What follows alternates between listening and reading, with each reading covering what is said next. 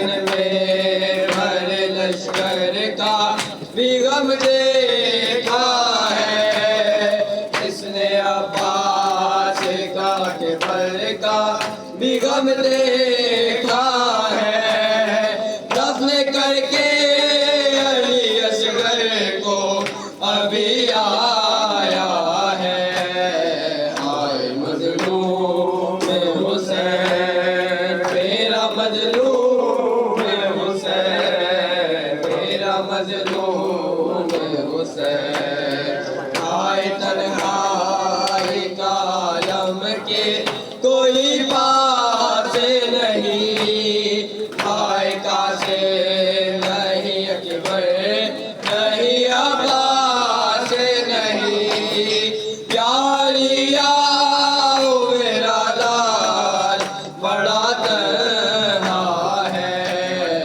آئے مظلوم حسین میرا مظلوم حسین میرا مظلوم حسین، آئے چلنی ہے جگر پہ بھی نہیں رویا ہے، کتنے دن سے تو میرے لال نہیں سویا ہے، آ میری گود میں سو جا تو بہت جاگا ہے، آئے مظلوم حسین میرا مظلوم حسین میرا مظلوم حسین۔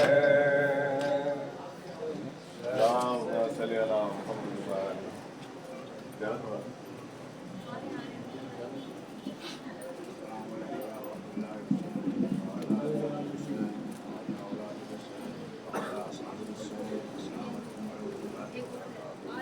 السلام علیکم یا مولانا غریب الغربا، السلام علیکم یا معین الظلماء والفقراء، السلام علیکم یا شمس الشموس یا اجود القلوب یا الدجول، السلام علیکم سلطان علی رحمان الرحیم، السلام علیکم یا ابو الخلصاء ورحمۃ اللہ وبرکاتہ، السلام علیکم یا مولانا صاحب اشرف الرحمان الرحمان الرحمان الرحمان السلام علیکم یا مولانا سوالجان، السلام علیکم یا امام سوالجان، اجل اللہ تعالی فرجہ وسار اللہ تعالی مخرجہ وزہور رحمۃ اللہ وبرکاتہ۔